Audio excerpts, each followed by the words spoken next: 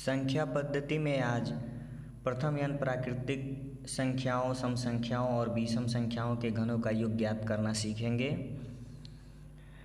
पिछली वीडियो में मैंने प्रथम यानी प्राकृतिक संख्याओं, सम संख्याओं और विषम संख्याओं के वर्गों का योग ज्ञात करना बताया था। आज हम घनों का योग ज्ञात करेंगे।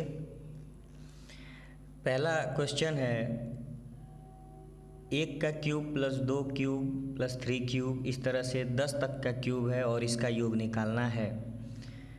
ये जो संख्याएं लिखी हुई हैं वो लगातार हैं। तो प्रथम यानी प्राकृतिक संख्याओं का जो योग होता है, प्रथम यानी प्राकृतिक संख्याओं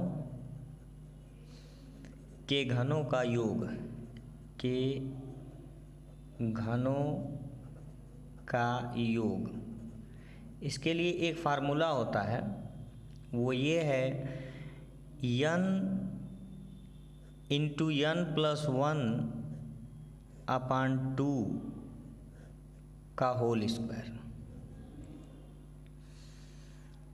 ये अगर क्यूब नहीं रहता, केवल 1 2 3 4 ऐसे 10 तक रहता, तो इसके लिए फार्मूला n अपान 2 इंटू n प्लस 1 होता है। लेकिन अगर क्यूब लग जाती है तो उसी का हम स्क्वायर कर देते हैं।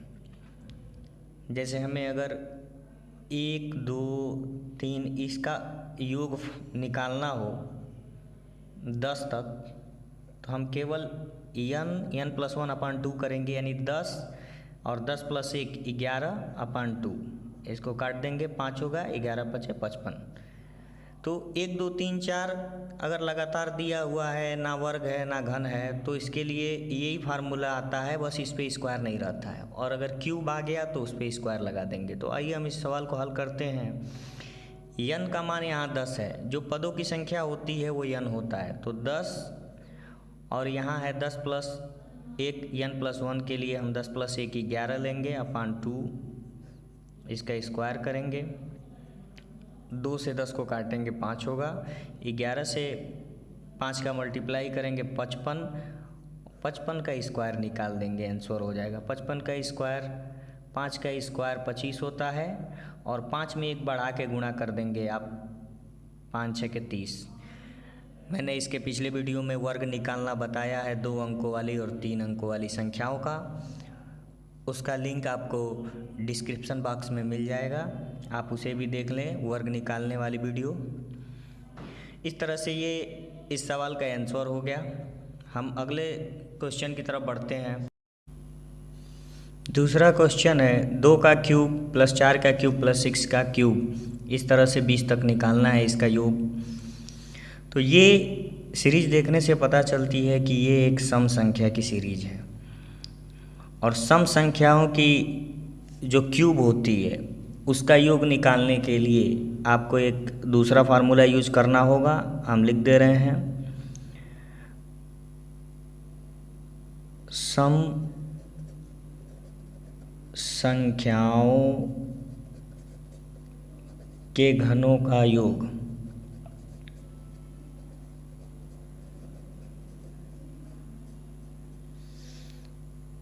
टू बड़े वाले ब्रैकेट में n प्लस 1 और इसका स्क्वायर, ये फार्मूला होता है। इस फार्मूले से आप सम संख्याओं का योग निकाल सकते हैं। तो हम इस फार्मूले पे अब मान रखते हैं, n का मान यहाँ पदों की संख्या से है, और पदों की संख्या सम संख्याओं में जो लास्ट संख्या होती है उसका आधा होता है।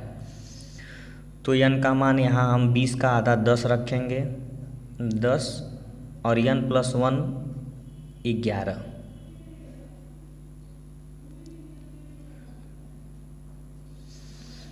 दो इंटू 10 का गुणा 11 में करेंगे 110 का स्क्वायर।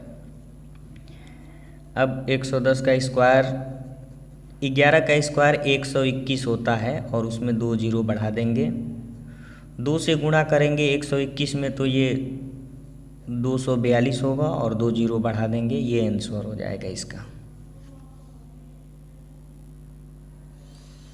हमारा लास्ट क्वेश्चन है 1 का स्क्वायर प्लस 3 का स्क्वायर प्लस 5 का स्क्वायर प्लस लास्ट में 13 का स्क्वायर है। ये 1, 3, 5 एक विषम संख्या की सीरीज है और विषम संख्याओं के घनों का योग निकालने के लिए, विषम संख्याओं के घनों का योग निकालने के लिए एक फार्मूला मैं लिख दे रहा हूँ। विषम संख्याओं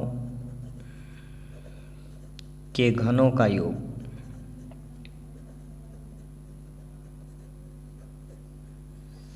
n स्क्वायर ब्रैकेट में 2n स्क्वायर माइनस 1।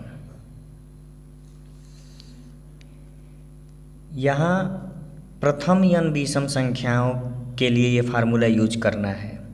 ये भी प्रथम n सम संख्याओं के घनों का योग निकालने के लिए फार्मूला यूज करना है। प्रथम n का मतलब होता है शुरू से, संख्याएं जो सम संख्या लिखी हो शुरू से लिखी हो, 2, 4, 6। ये भी विषम संख्या 1, 3, 5 से शुरू हो, बीच से शुरू हो गई, जैसे 7 का क्यूब प्लस 9 का क्यूब। तो इसके लिए फार्मूला यही रहेगा, बट उसे 2 भागों में बांट के हम उस सवाल को लगाते हैं।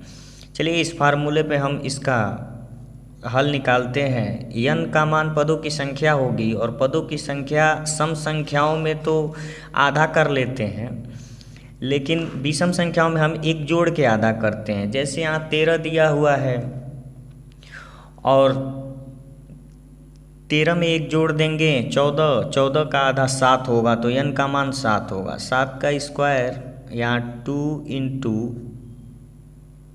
7 का स्क्वायर माइनस 1। 7 का स्क्वायर 49, यहाँ 7 का स्क्वायर 49 होगा। 49 में 2 का गुणा करेंगे 98 माइनस 1। 49 इंटू 98 में 1 घटाएंगे 97 होगा। इसका गुणा करना है 97 में 49 का। हम 97 में 50 का गुणा कर लें और 1 97 घटा देंगे तो हमें आंसर प्राप्त हो जाएगा। 50 में गुणा करना आसान होता है, उसका मैं बता दे रहा हूँ कैसे गुणा करना है। जैसे किसी संख्या 32 में 5 का गुणा करना हो तो 32 का आधा 16 कर देंगे और एक जीरो बढ़ा देंगे। यदि 33 में 5 का गुणा करना हो तो 33 का आधा 16.5 होता है। हमें बस पॉइंट नहीं लगाना है, वो पूरा पूरा लिख देना है बिना पॉइंट का। किसी भी संख्या में 5 का गुणा करेंगे, अगर वो सम संख्या है तो आधा हो जाती है और एक जीरो बढ़ता है। यदि विषम संख्या है तो आधा करते हैं और पॉइंट नहीं लगाते हैं। ये 5 का गुणा करना बहुत ही ईजी होता है। यदि 50 होता तो हम 5 की तरह ही गुणा करते, 5 की तरह ही गुणा करने के बाद एक जीरो और बढ़ा देते। यदि यहाँ 50 होता तो हमारा यहाँ 1600 होता, यहाँ 50 होता तो यहाँ 1650 होता। इस तरह से 97 का 49 में गुणा करना है तो हम 97 का 50 में ही गुणा कर लेते हैं। 97 का आधा कर लेते हैं तो 48.5 होगा। हमें उस पॉइंट को नहीं लिखना है और एक जीरो बढ़ा लेना है। और 97 का 50 में गुणा किए हैं हम और यहाँ 49 में करना है तो 197 यहाँ माइनस कर लेना होगा, जिससे कि हमारा आंसर आए। 10 में 7 जाएगा 3, यहाँ 4 बचेगा। 14 में से 9 गया 5, 7 और 4। ये विषम संख्याओं के घनों का योग है। तो इस तरह से ये गुणा करने की भी एक ट्रिक है। 5 से गुणा करना, सम संख्या हो तो आधा करके जीरो बढ़ाना और विषम संख्या हो तो आधा करके और पॉइंट नहीं लगाना है बस। तो आज की वीडियो बस यहीं समाप्त होती है और इसमें जो इस तरह के लिंक हैं सारे वीडियोज़ के हमारे, वो डिस्क्रिप्शन बॉक्स में मिल जाएंगे आपको। धन्यवाद।